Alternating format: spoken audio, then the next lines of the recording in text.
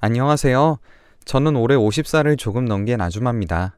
살다 보니 제가 말로 하자니 실감이 안 나고 글로 쓰자니 소설을 쓰는 것 같아 허풍쟁이가 된 기분을 느끼게 만드는 일이 생기게 되네요.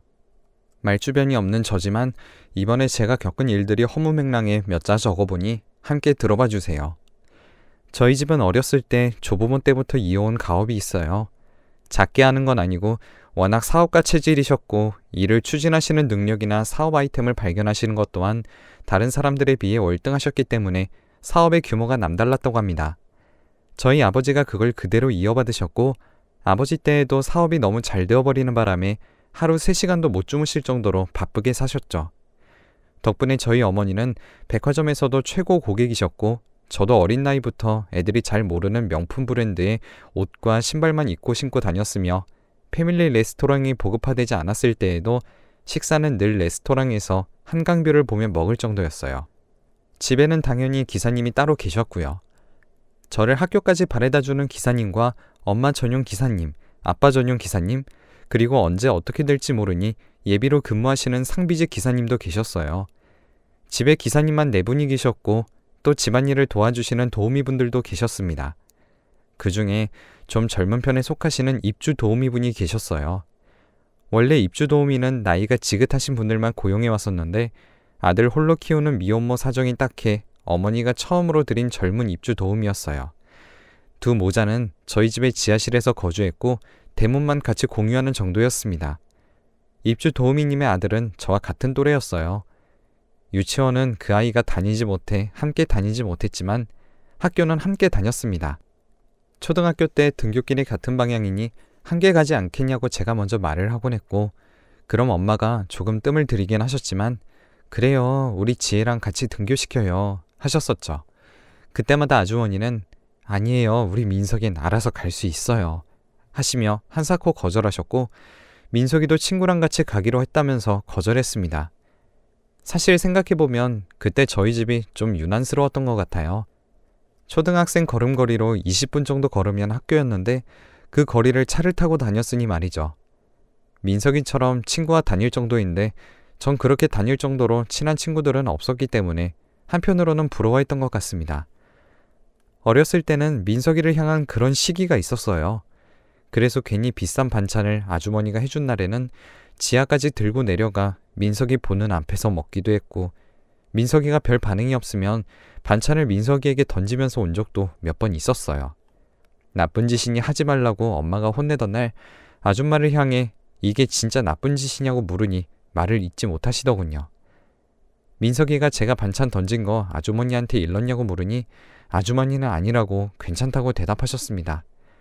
그때 그 기억 때문에 전 무슨 일이 있든 아줌마 앞에서 민석이를 들먹였던 기억이 있어요. 나중에 민석이가 우리 엄마 곤란하게 하지 않았으면 좋겠다고 한 걸 가지고 제가 집에 가서 일렀을 때에도 엄마 아빠는 별말 없었지만 아주머니가 그날 민석이를 크게 혼냈고 민석이가 저에게 사과를 했던 기억이 또렷이 남아있습니다. 그래도 중학생이 되고 고등학생이 되던 때에는 어렸을 때 그런 일도 있었네, 진짜 웃긴다 식으로 농담도 하면서 민석이와 함께 학교 시험 공부를 하기도 했어요. 왜냐하면 민석이는 독보적인 전교 1등이었거든요. 저는 매번 명문대 학생들에게 과외를 받고 사교육 시장에서 이름 좀 날린다는 선생님들에게 1대1 과외를 받아도 성적이 나아지질 않았는데 이상하게 민석이가 공부한 과목들은 높은 점수를 받았고 그 이후로 엄마의 부탁으로 민석이와 매번 공부하게 되었습니다. 물론 뒤로 민석이에게 용돈조로 몇 푼 준 걸로 알고 있어요. 그렇게 공부도 잘하는 민석이는 얼굴도 잘생겨서 학우들에게 인기가 아주 많았습니다. 무슨 데이 때가 아니어도 민석이 책상에는 항상 마음을 고백하는 편지와 선물들이 놓여 있었고 지나갈 때마다 말이라도 한번 붙여보고 싶어 옴짝달싹하는 아이들이 널렸었죠.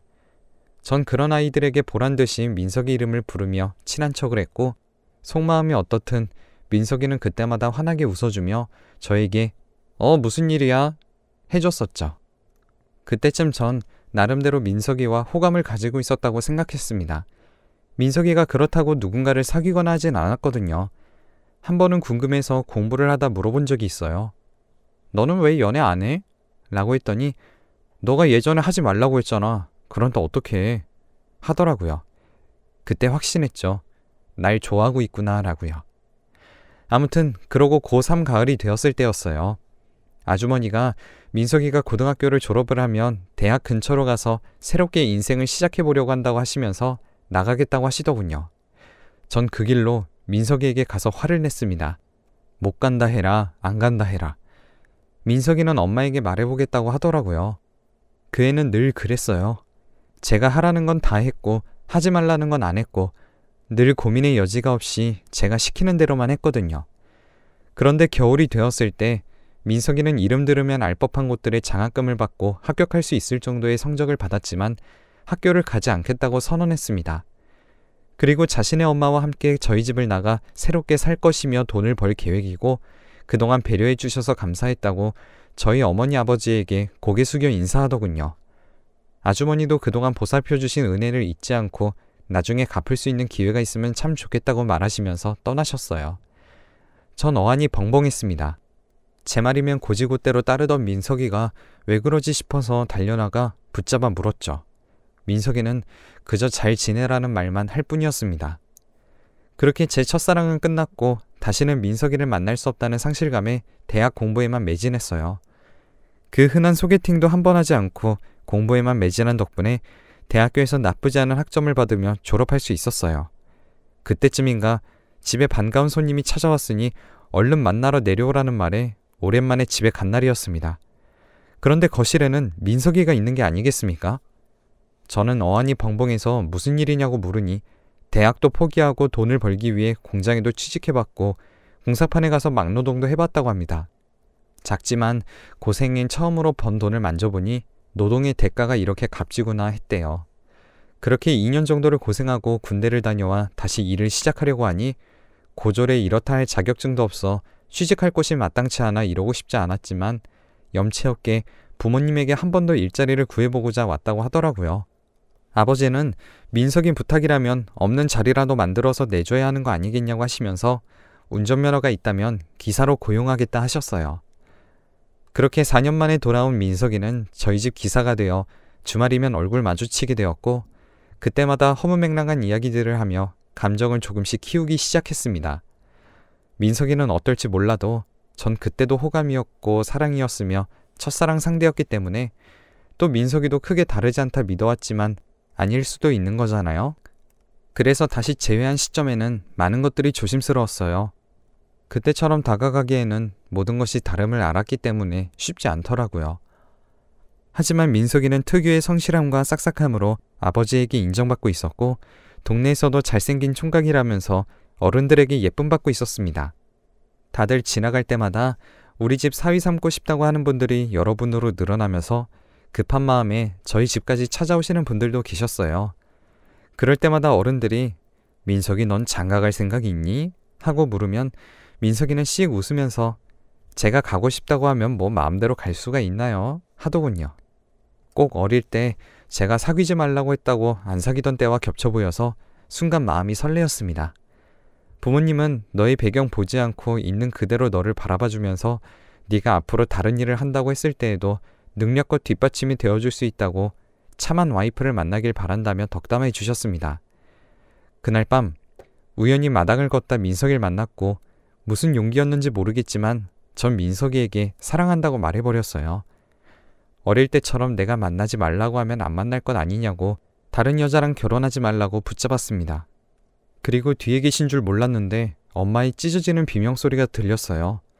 이게 대체 무슨 소리냐며 민석이가 짐을 챙길 시간도 주지 않고 내쫓아내시더군요. 불과 몇 시간 전만 해도 좋은 사람들 만나 장가가기를 응원한다더니 그게 본인들은 아니었던 거죠. 하지만 제 마음의 불은 지펴진 후였고 걷잡을 수 없이 불은 타오르고 있었습니다.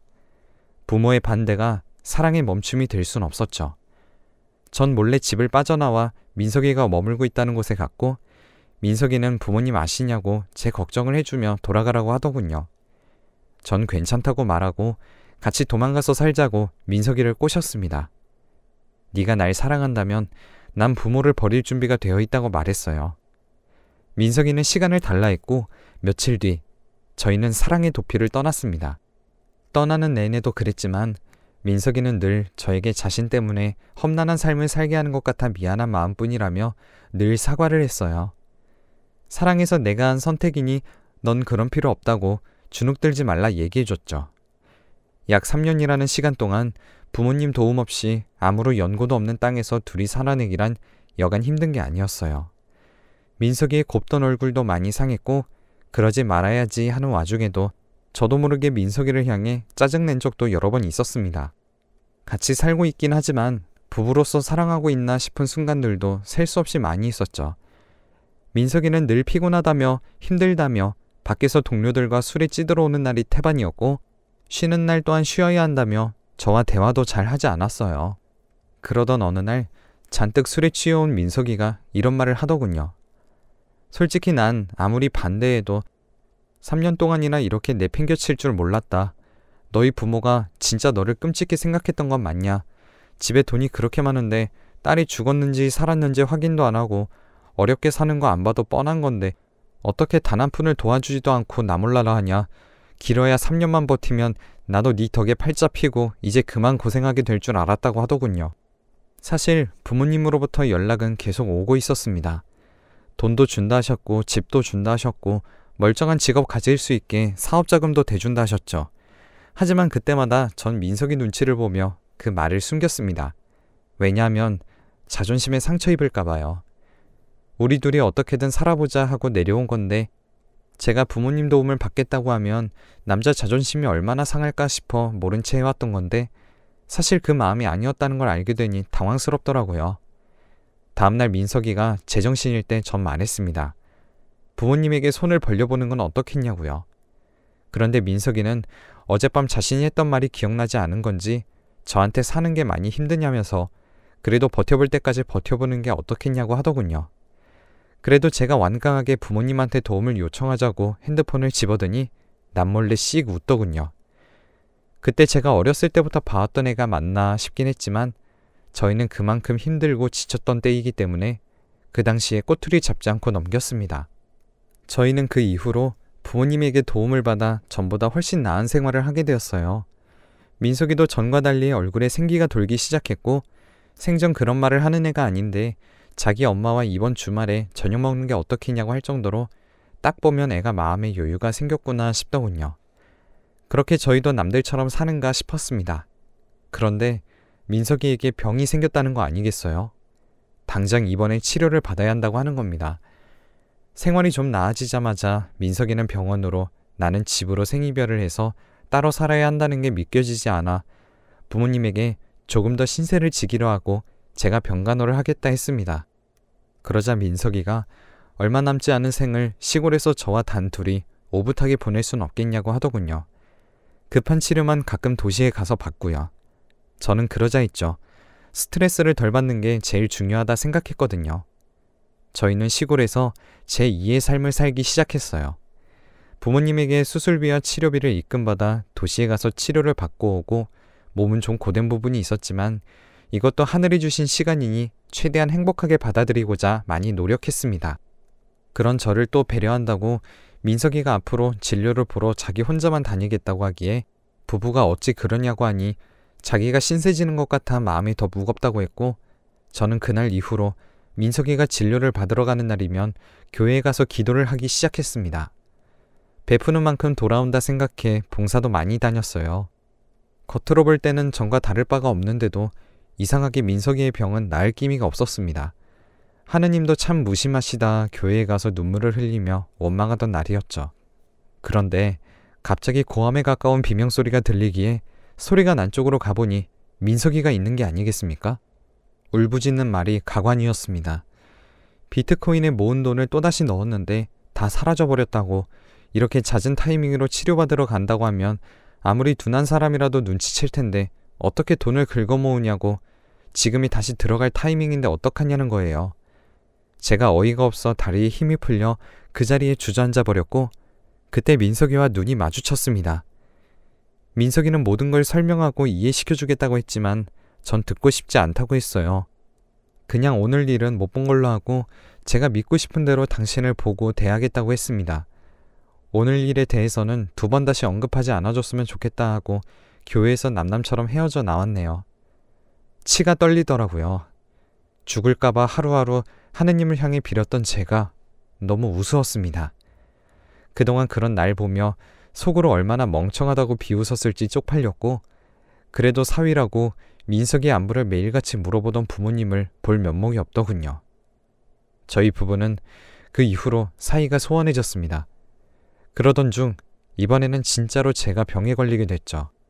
스트레스가 심하다 보니 생긴 병 같았지만 한동안은 꾸준히 병원으로 치료를 받으러 가야 했고, 민석이는 지은 죄가 있으니 다소 번거롭고 힘들더라도 자기가 매번 동행해 주겠다고 하더군요. 크게 나아지진 않았습니다. 삶에 희망도 없고 재미도 없었기 때문에 병원 진료에도 의욕적이지 못했거든요. 그러다 눈에 띈 게 로또였습니다. 저런 거라도 하나 사면 일주일이 좀 재밌어지지 않을까 싶어서 민석이와 매주 로또를 사기 시작했어요. 그렇게 한두 달이 흘렀을까요? 민석이가 갑자기 매번 시골에서 도시로 진료받으러 가는 게 힘드니 병원에 입원해서 진료받는 게 어떻겠냐고 하더군요. 병원에서 굳이 그렇게까지 할 필요가 없다 했는데도 말이죠. 전 이 자식하고 같이 있기 싫은 마음도 조금 있었기에 알았다고 했습니다. 일주일에 많아야 두세 번 마주치게 되니 눈에 띄게 병이 호전되는 것 같더라고요. 병원에서 나가면 늦은 나이에 꼴값이다 해도 이놈과 이혼하고 따로 살아야겠다 결심했을 정도입니다. 그러다 병원에 정말 급한 환자가 왔는데 병원에 자리가 없어서 그런지 의사가 집에서 생활하셔도 되지 않냐, 제발 사정 좀 봐달라고 평소 친하게 지내던 간호사가 사정하기에 알았다 하고 짐 싸서 내려갔습니다. 그런데 현관문에 낯선 여자 구두가 있더라고요. 까르르 하하호호 웃는 소리가 현관문 너머까지 들리기에 숨죽여 발소리를 낮추고 집을 들어섰습니다. 대화 내용이 가관이었어요. 제가 좀 있으면 죽을지 모르니 제 앞으로 몰래 들어놓은 사망보험금도 타고 며칠 전 그 여편네 따라서 산 당첨된 1등 로또 가지고 새 삶을 살면 되는 거라고, 당분간은 불편하지만 이렇게 두 집 살림하는 거 자기가 봐달라고 어떤 여자에게 말하고 있는 겁니다. 그 여자는 다름 아닌 제 친구였어요. 저에게 중고등 시절 내내 민석이가 너무 좋다고 사귀고 싶다고 발을 동동 구르던 그 친구더라고요. 제가 문을 벌컥 열어제끼고 너희 지금 이게 무슨 짓이냐고 소리 질렀습니다. 그랬더니 오히려 민석이가 적반하장으로 나오더군요. 자긴 어린 시절을 비롯해 초중고를 제 눈치를 보며 자란 탓에 하고 싶은 일과 하기 싫은 일에 대해 선택하는 방법을 몰랐다며 제가 하지 말란 짓을 해서 괜히 엄마가 난처해졌고 자기 몰래 구석에서 우는 꼴을 보기 싫어 꼭두각시처럼 산 세월이 커서 억울해 미치는 줄 알았다고 하더군요. 고등학교 졸업하던 때에도 성적이 되는데 왜 대학에 가기 싫었겠냐고 하면서 대학에 간다고 하면 징그러운 제가 따라올까봐 끔찍해서 벗어나고 싶은 마음에 그랬다고 합니다. 그럼 왜 다시 우리 집을 찾아온 거냐고 하니 어린 시절에 대한 보상을 금전적으로 되받고 싶어서 그랬다고 해요. 전 허무하기도 했고 진짜 인생은 덧없는 거구나 싶은 마음에 한동안 멍하니 천장만 바라보았습니다. 이 사태를 어떻게 해결해야 할지 감도 잡히지 않더군요. 하지만 좋게 생각하기로 마음먹었어요. 어차피 전 병원에서 나오면 민석이와 헤어지기로 마음먹었었고 저도 어린 시절 제 행동을 돌아보면 민석이에게 상처가 될 만한 짓들이었다 생각합니다. 언젠가 받아야 하는 죄값, 지옥불에 떨어지는 게 아니라 이 생에 갖고 간다 생각하면 마음이 편해지더군요. 그동안 치료비 명목으로 뜯어간 돈도 그냥 거지한테 적선한다 생각하고 줘버렸습니다. 다시 달란 말도 안 했어요. 이혼은 순수히 내 의지로 하는 거다. 그렇게만 하자고 부탁했고 앞으로 내 눈에 띄지 않아줬으면 좋겠다고 했죠. 제 친구에게도요. 둘은 당당히 말하더군요. 너나 우리 찾지 말라고요. 참, 제가 인생 헛살았나 봅니다. 친구도 잃고 남편도 잃고 그나마 남은 건 돈뿐인데도 마음이 헛헛하니 쓸쓸한 마음이 감춰지지가 않네요. 어떻게 위로받을 수 있을까요? 제 사연은 여기까지입니다. 들어주셔서 감사합니다.